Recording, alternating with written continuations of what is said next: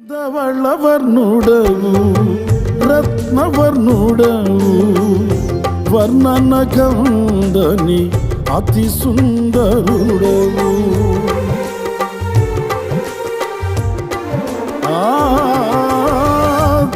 ధవళవర్ణుడవు రత్నవర్ణుడవు వర్ణన కందని అతి సుందరుడవు ఇరువది నలుగురు పెద్దల మధ్యలో మహిమ ప్రభావముతో సింహాసనముపై